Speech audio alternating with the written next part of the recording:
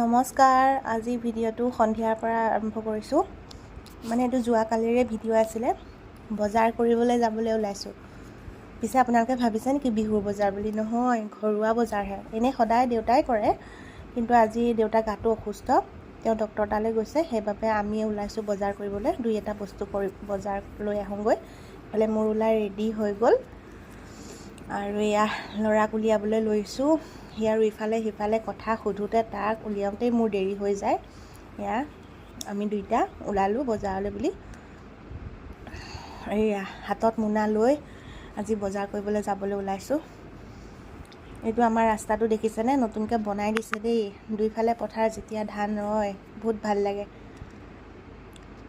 আকৌ আহিলোঁ আমি বিহু কৰ্মশালা চাৰিআলিতে হৈ আছিলে চাবলৈ।